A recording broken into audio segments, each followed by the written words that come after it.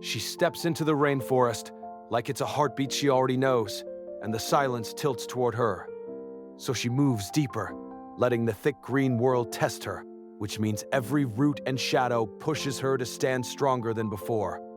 The air feels heavy with old stories, and she listens, because the forest depends on anyone brave enough to carry its truth forward.